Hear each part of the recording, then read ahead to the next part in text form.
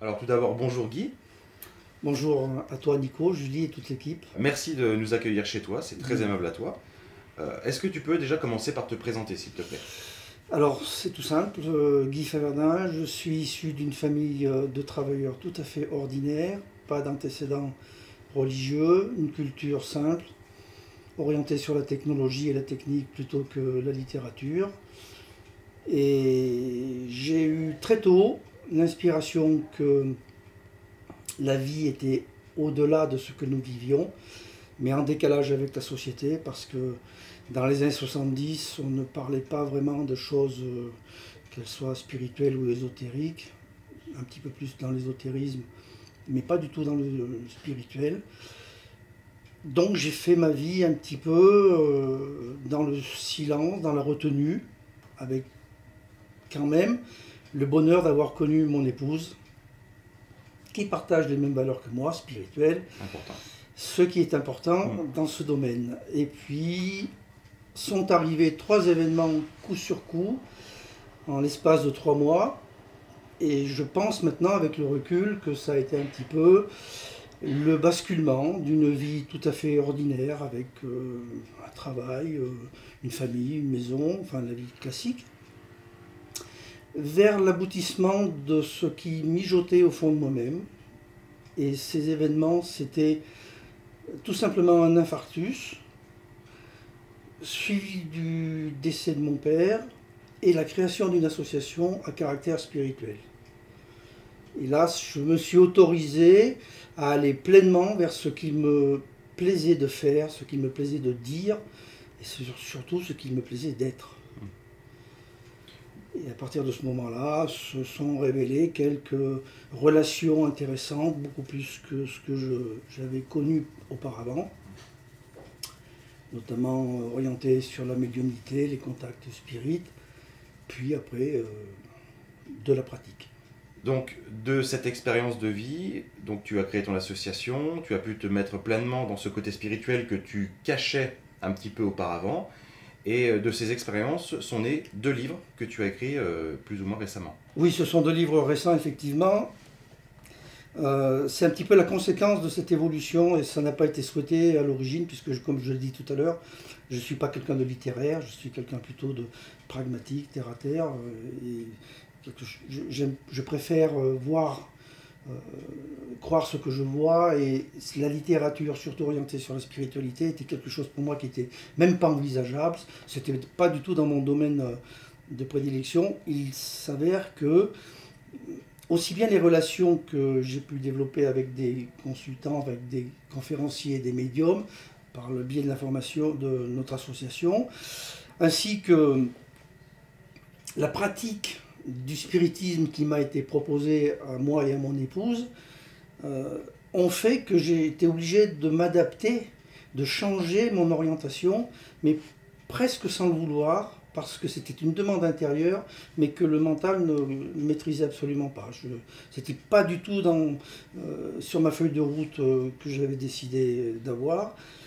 Il a bien fallu que je réalise que nous ne sommes pas forcément tout seuls à décider des événements, et que si on accepte les événements tels qu'ils viennent, eh bien on découvre des potentialités où on fait des choses que l'on n'avait pas prévu du tout de faire, parce que le mental était complètement en dehors de tout ça.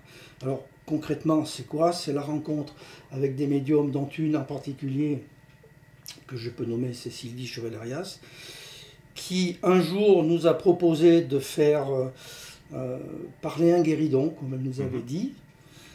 Et on a dit oui. Alors pourquoi une médium comme ça propose à quelqu'un qui a priori n'a pas de compétences particulières pour le faire, de participer à une séance médiumnique? Tout simplement parce que nous allions régulièrement chez Sylvie et elle venait régulièrement chez nous. Ça faisait 30 ans que l'on attendait d'avoir des relations avec qui on pouvait évoquer ces sujets de spiritualité. Une médium forcément n'est pas effrayée par ces sujets justement. Donc on avait énormément de plaisir à communiquer et l'amitié s'est installée. Et puis de fil en aiguille, on a appris à se connaître. Nous avons pris confiance en elle et en son partenaire, son ami. Ça a été réciproque et c'est devenu naturel qu'elle nous propose cette expérience. Alors évidemment, une expérience de guéridon, c'est assez spectaculaire. C'est juste bouleversant parce que le message transmis ne peut pas être très complet, mais il peut être très parlant. Et ça a été le cas où mon père s'est invité à la séance et nous a fait passer un fou rire énorme. Je passerai sur les détails parce que je ne suis vraiment que le seul à pouvoir les apprécier dans leur plénitude. Mais quand on vit une expérience comme ça remet en cause toutes les croyances que l'on a traînées, toutes les superstitions qui ont pu entacher un petit peu nos pensées, et surtout, ça valide ou pas tout ce que l'on a lu, entendu et essayé de développer. On est passé à la pratique, on est passé à l'expérience. C'est une autre dimension. Ensuite, naturellement, la première expérience du guéridon étant satisfaisante, on s'est tout de suite orienté sur le Ouija. Sylvie avait une expérience très antérieure à cette technique. On a démarré, nous, en lui faisant totale confiance, avec certains petits protocoles qui sont expliqués, mais qui ont perdu de leur importance au fil du temps. Le tout premier Ouija que nous avons fait, c'était de disposer de lettres sur une table en formica, avec un verre au milieu, et ça a fonctionné. Comment, pourquoi, à cause de qui ou grâce à qui, ce sont d'autres questions, mais c'est redevenu une autre expérience. Et nous avons répété ces expériences sans addiction, mais avec un plaisir immense. Alors j'insiste sur le phénomène sans addiction parce que c'est une découverte incroyable qui peut arriver à quelqu'un qui aime la spiritualité sur le fond, mais ça peut être aussi un piège parce que il ne faut pas que ça devienne une obsession. C'est très très important. Il faut rester indépendant, libre. Il faut rester dans le don, l'accueil, et éviter de parader, de transformer ça en vanité ou accessoirement en volonté de domination quelconque ou que ça devienne de l'égocentrisme. Et puis, de fil en aiguille, aussi bien pour le guéridon qui n'avait pas de message consistant que pour les débuts du Ouija, on n'avait pas de message non plus très important, mais ça a glissé vers des informations de plus en plus pertinentes. De nos contacts familiaux que nous avions, on est passé à des contacts avec des guides. Et là, il a bien fallu se rendre à l'évidence. Ce que disent les guides est d'une hauteur que nous ne maîtrisons pas, que nous ne pouvons pas ignorer. Et la deuxième évidence, c'est qu'on ne pouvait pas garder ça pour nous. Moi, je ne concevais pas de rester dans un égoïsme personnel, ne serait-ce que par excès d'humilité, pourquoi pas, je ne sais pas. Mais ce n'était pas possible et ce n'était pas envisageable parce que on aurait appelé ça un privilège. Et c'est un mot dont j'ai horreur. Ensuite est venue la pratique de l'écriture automatique. C'est encore des concours de circonstances, mais en fait, ce sont tout simplement des moments qui sont posés, des aventures, qui sont installées. Avec le recul, on se rend compte que c'est un scénario qui se déroule. Un scénario dont on ne connaît pas celui qui l'a écrit, et on ne connaît pas l'aboutissement, mais on y participe. Donc je suis arrivé à faire de l'écriture automatique, puis inspiré, et j'ai aussi reçu des messages familiaux au début, puis de guide, un autre guide que celui que nous avions. Le cumul de toutes ces informations m'a obligatoirement amené à écrire des livres simplement pour les partager. Voilà un petit peu la genèse des bouquins. Il n'y avait pas d'anticipation, de prédisposition, c'était pas préparé à l'avance, c'est venu comme ça. Toi Guy, tu pratiques plusieurs sortes de spiritisme. Quelles sont celles qui te parlent le plus ? C'est une affaire tout à fait personnelle, chacun y verra un intérêt ou pas, parfois teinté de peur ou de superstition ou d'envie.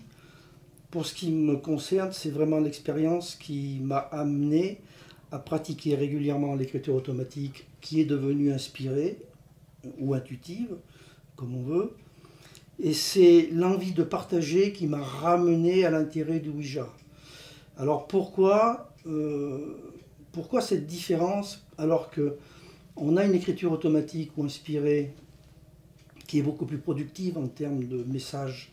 En 20 minutes, on a un vrai message consistant qui a abordé le sujet que l'on a souhaité traiter ou qui a apporté les informations nécessaires aux demandeurs. alors qu'une séance de Ouija est toujours aléatoire. On ne sait pas quels sont les intervenants qui viennent. On ne sait pas à l'avance à qui ils vont s'adresser, même si intérieurement on a proposé une demande. Mais ça a un avantage énorme, c'est que c'est extrêmement démonstratif. Et c'est en plus quelque chose qui se partage. En écriture automatique, on est face à un bout de papier, un crayon en main, on reçoit, on peut partager le message derrière, mais on en est l'auteur et la personne qui le lit, sauf si elle est à l'origine de la demande, comprendra moins bien la subtilité du message. Tu penses que le côté démonstratif participe au partage de ce genre de... Pour moi, c'est impératif parce que raconter mes expériences, ça n'a strictement aucune valeur. Les partager, ça devient monumental. En face de nous, on a des gens qui sont dans la demande, dans l'inquiétude, dans la douleur, dans la curiosité saine. Et ils sont admiratifs, comme je l'ai été moi. Il n'y a rien d'anormal là-dedans. En observant le travail que nous faisons en spiritisme. Ces gens-là nous demandent de participer à des séances. On ne peut pas dire non, parce qu'on a bien été contents, nous, d'avoir été initiés. Et on voit que quand ils ont quitté la première séance, les yeux brillent, il s'est passé quelque chose, et la plupart du temps, derrière, c'est une nuit blanche. Une nuit blanche à se remémorer ce moment énorme qui pourtant est d'une simplicité incroyable. On a contacté des êtres de l'au-delà, on y croit ou on n'y croit pas. On a eu des messages qui ont touché les gens qui viennent, parce que quand on est en séance de spiritisme avec des invités, on ne trouve pas d'intérêt personnel à poser des questions nous concernant. On laisse venir si c'est le cas, mais on ne les demande pas. On met à l'honneur nos invités. Et généralement, plus exactement systématiquement, ces invités sont servis. Pas forcément comme ils l'attendent, mais ça c'est une autre histoire. Et ils repartent obligatoirement dans une émotion constructive. Pas du tout abattus ou déçus, au contraire. Alors avec énormément d'interrogations, mais ils ont participé à une expérience qui est au-delà du discours que nous avions eu, nous, en leur expliquant comment ça fonctionne, etc. Voilà, l'intérêt du partage, c'est de se sentir utile. C'est pas de faire ça en autarcie tout seul, et puis de se grandir, et puis de vendre des bouquins, ça n'a pas de sens. Tu nous parlais tout à l'heure d'écriture automatique et d'écriture intuitive. Est-ce que tu peux nous donner un petit peu la nuance entre les deux ? Toujours en relation avec mon expérience.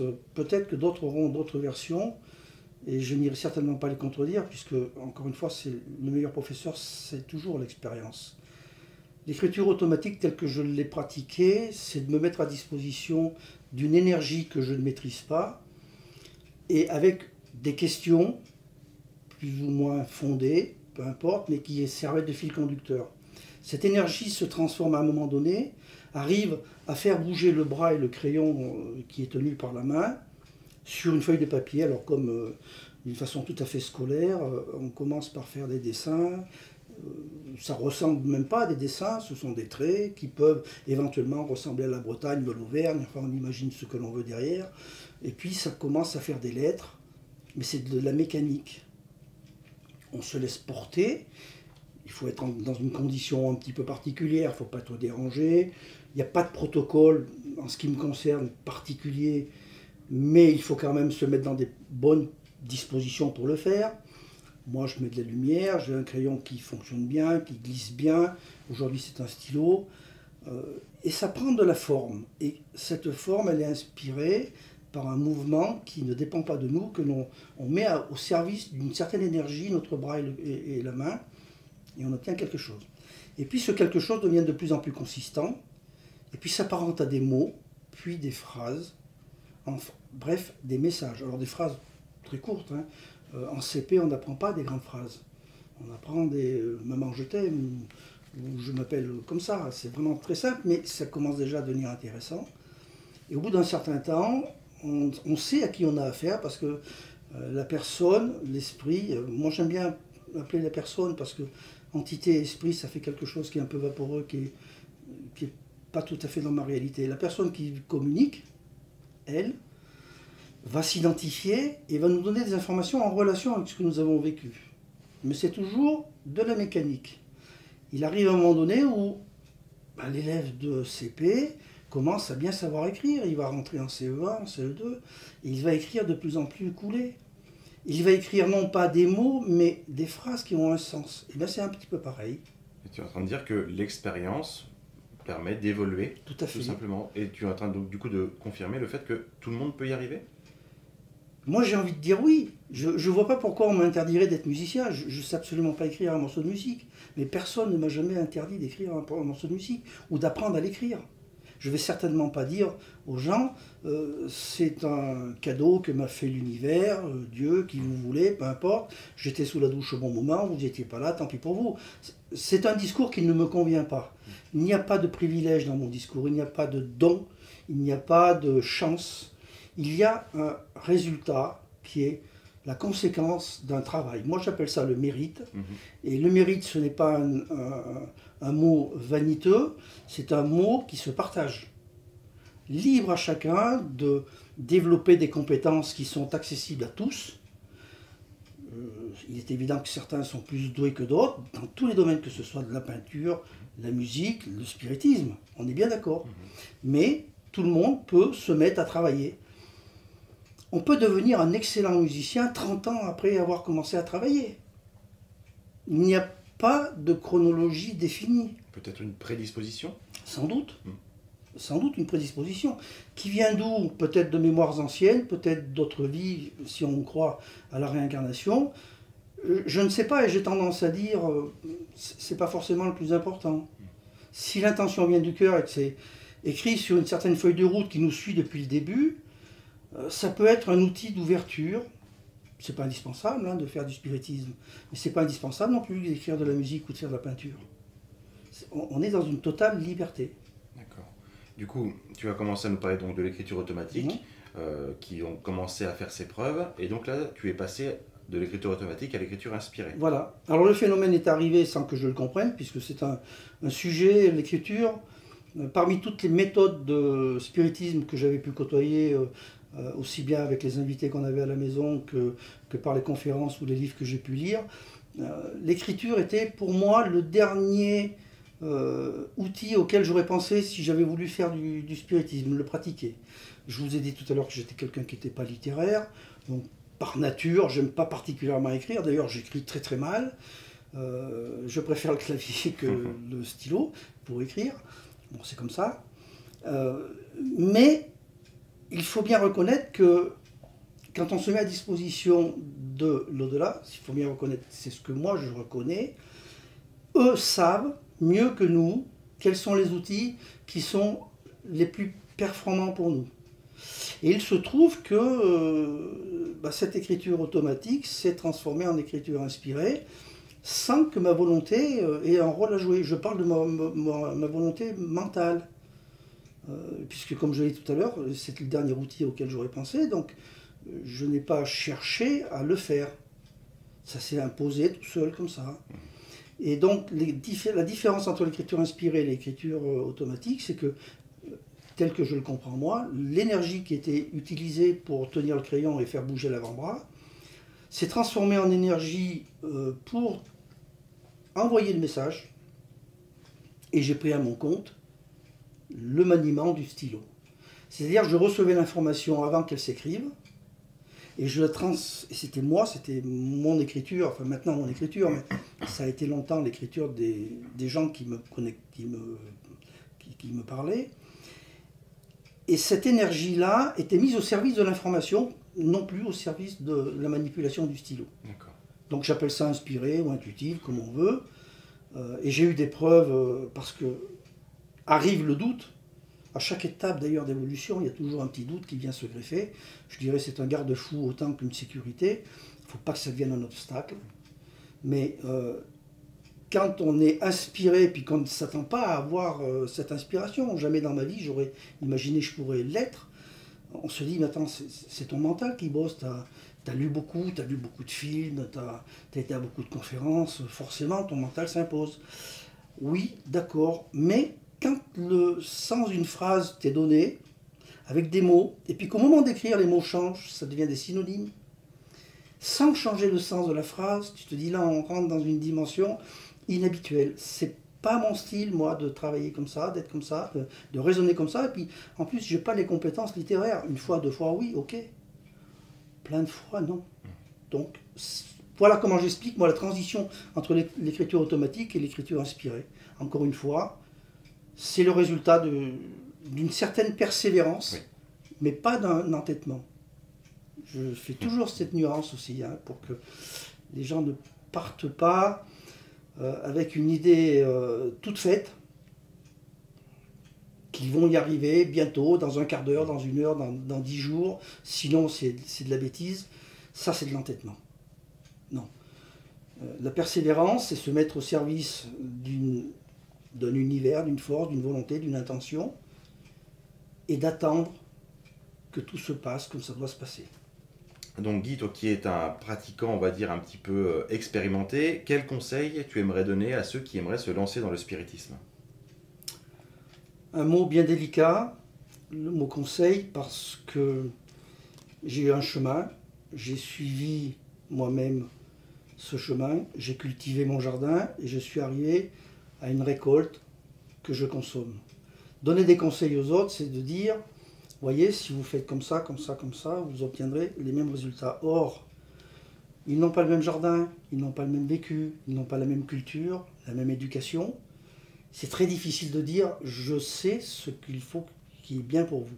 Ça, c'est mon point de vue, c'est mon leitmotiv quand j'essaie de démystifier le spiritisme, parce qu'il y a tellement de conseils qui sont donnés gentiment, sincèrement, mais qui ne peuvent pas s'adapter à la personne qui les écoute, que beaucoup se trouvent désemparés, dépourvus, déçus, et finalement, c'est pas vraiment rendre service.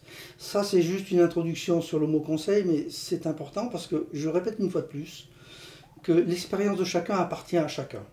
Malgré tout, le fait de pratiquer avec des gens, pour certains que je connais, pour d'autres que j'ai appris à connaître ou que je ne connaissais pas du tout, obligatoirement, il y a eu des retours d'informations, il y a eu aussi des retours d'expérience qui me permettent de tirer un petit peu des bilans sur certaines pratiques ou certaines idées reçues.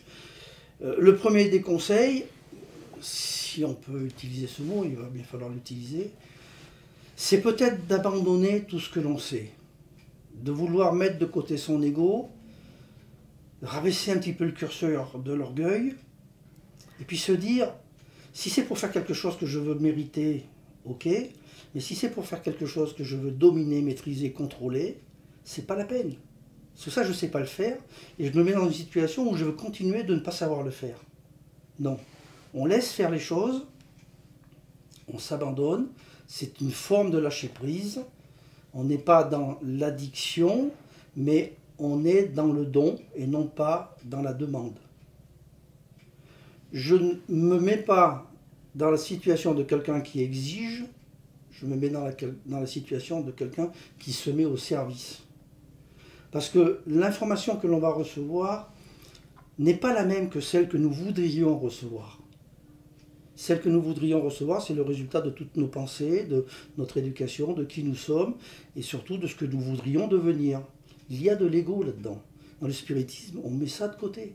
On ne tue pas l'ego, il est utile, mais pour un temps, on le met de côté. C'est un conseil libérateur et qui, obligatoirement, demande d'occulter les croyances qui sont quelque chose de figé en nous, qui ont été la plupart du temps construites par des informations qui nous sont transmises et dont on en a fait des vérités. Pour remplacer une vérité par une autre, soit on y met une autre croyance, soit on passe par l'expérience. Ben pour passer par l'expérience, il faut laisser de la place. Il ne faut pas la remplacer par une autre croyance. C'est quelque chose qui n'est pas facile à comprendre. C'est un conseil que je peux donner, mais qui est le résultat d'une réflexion qui est venue par la suite, parce que je me suis posé beaucoup de questions, comme tout le monde, pourquoi moi et pourquoi pas les autres, et pourquoi j'y ai jamais pensé avant, et pourquoi c'est arrivé comme ça. Enfin, je veux dire, il y a le doute, il y a l'interrogation qui fait qu'au bout d'un certain temps, il y a des évidences quand même qui arrivent. Et c'est bien parce que je me suis mis au service. Je ne vais pas rentrer dans le détail, ce serait un petit peu trop long. Mais j'ai arrêté de penser que j'avais raison, j'ai admis l'idée que j'étais pas compétent, et en fait, cette croyance a été remplacée par une expérience inattendue. Voilà. Bon, ça c'est un conseil. Un deuxième conseil sur lequel j'insiste, c'est de se méfier de ses émotions, parce que c'est toujours tentant de faire du spiritisme et de contacter, notamment pour les gens qui sont en deuil, un être cher, parce que c'est un des objectifs et une des possibilités qu'offre le spiritisme, contacter un être cher qui viendrait donner des nouvelles, et puis ça rassure quand on est dans la peine. Mais on est bardé d'émotions. On a déjà une envie énorme, c'est de réussir, donc déjà on place un petit barrage, et puis ces émotions vont masquer la réalité, et là on peut avoir des contacts pas forcément désirés, mais qui vont nous enchanter, et qui ne seront pas forcément la réalité. Donc éviter les émotions, et éviter également, c'est un petit peu plus compliqué à dire, les émotions négatives, ou les sentiments négatifs que nous avons en nous et que nous éprouvons. Quelqu'un qui est perpétuellement dans la jalousie,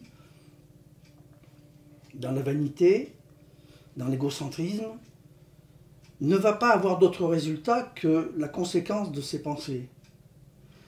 Je l'inviterai plutôt à essayer la pêche à la ligne ou le VTT. Parce que le résultat ne va pas forcément être à la hauteur de ses souhaits. Ce qu'il faut bien savoir, ce qu'il faut bien comprendre, c'est que tout ce qui est émotionnel en nous, ça nous fait partie de nous, mais c'est totalement visible par l'au-delà. Donc il nous voit dans notre intégralité, et pour certains, ils s'en amusent. Donc il faut quand même être honnête avec soi-même, c'est aussi un conseil que je donne. Il faut savoir quelle est notre intention profonde, et non pas quelles sont nos envies provisoires, éphémères, qui vont, qui viennent en fonction des aléas de la vie. Et si on reste dans cette humilité, qu'on s'accorde cette vérité, on laisse la place à l'inconnu et à l'inattendu. Je dirais même à l'imprévisible, parce que si c'est prévu, c'est que ça répond à un schéma qui a déjà été construit. Et pour ça, il faut de l'humilité, il faut abandonner toutes ces émotions, comme je l'ai dit tout à l'heure, et tous ces sentiments négatifs, pour laisser place au don de soi. Ça s'appelle le respect, ça s'appelle la bienveillance, ça s'appelle l'accueil. Peut-être que ça s'appelle l'amour. Donc toi Guy, tu es utilisateur donc, de plusieurs outils pour le spiritisme, et on va parler d'un autre outil qu'on n'a pas trop abordé, celui de la planche Ouija. Est-ce que tu peux nous parler un petit peu de cet outil ? Je peux toujours en parler dans la mesure où c'est mon outil de prédilection quand je veux partager des expériences. Une planche Ouija, c'est d'abord une planche. C'est-à-dire c'est un bout de bois, mais je l'ai dit tout à l'heure, ça peut être des lettres autour d'un verre.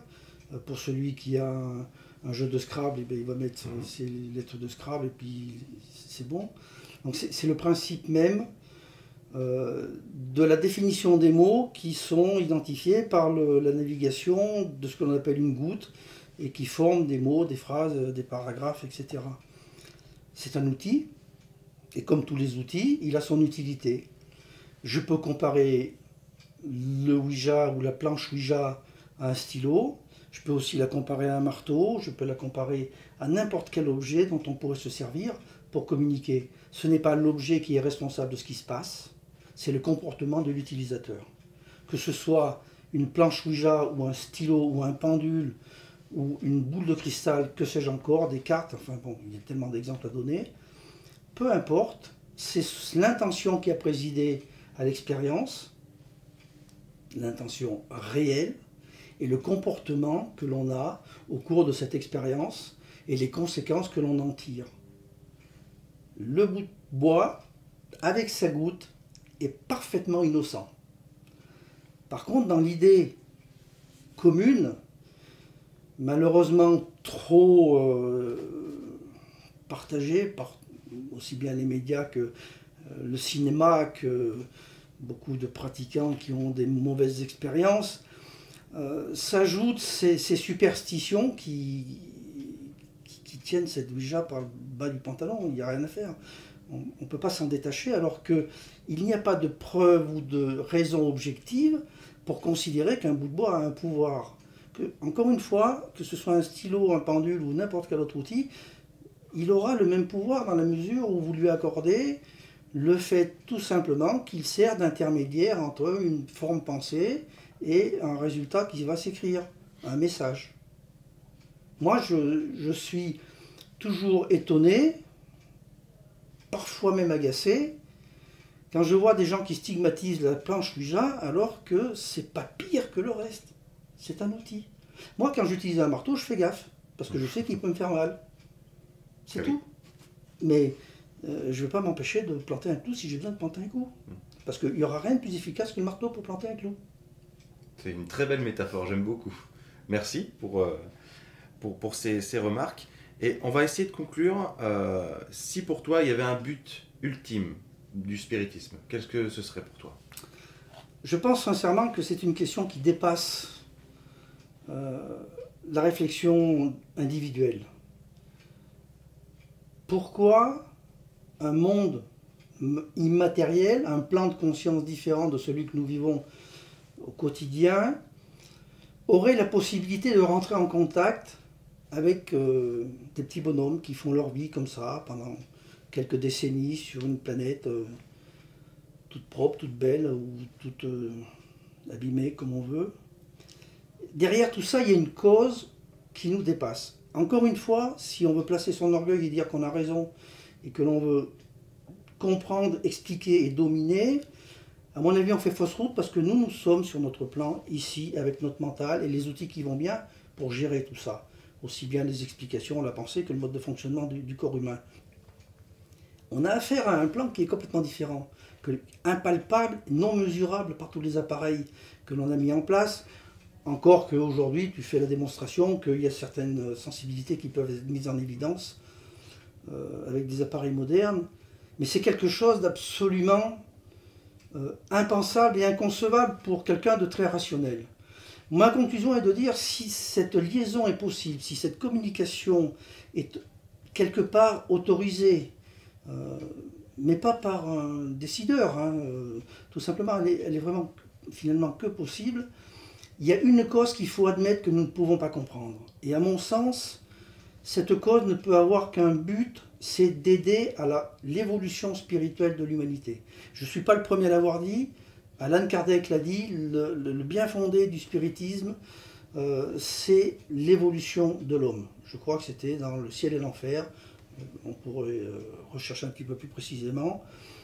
S'il n'y a pas un sens positif, humain, altruiste au spiritisme, je ne vois pas du tout l'intérêt d'en faire. Comme il peut ne pas y avoir de sens à faire de l'alpinisme ou de la plongée sous-marine. Mais le spiritisme touche à quelque chose qui va au cœur de l'homme, qui touche les questions existentielles que tôt ou tard chaque individu s'est posé. D'où je viens, qui je suis, où je vais, quelle est la raison pour laquelle tout ce qui existe se passe.